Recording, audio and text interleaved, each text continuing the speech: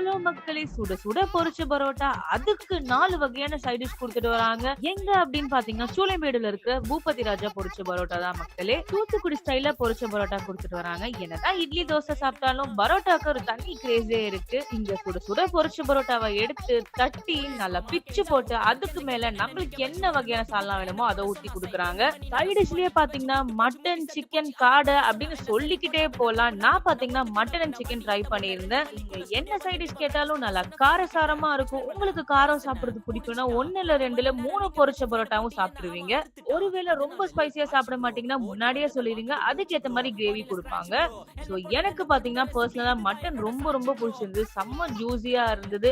And parotta மேல சால்னா ஊத்தி அதுக்கு மேல சைட் டிஷ் வச்சு சாப்பிட்டதுனால என்னவோ டேஸ்ட் நல்லா அட்டகாசமா இருந்தது. சோ சூளைமேடு பக்கம் போனீங்கன்னா கண்டிப்பா இந்த இடத்த ட்ரை பண்ணிட்டு உங்களோட ஃபீட்பேக்க ஷேர் பண்ணுங்க. இந்த மாரி பல வீடியோஸ்க்கு ஃபுட் பண்ண டாக்ஸ ஃபாலோ பண்ணுங்க மக்களே.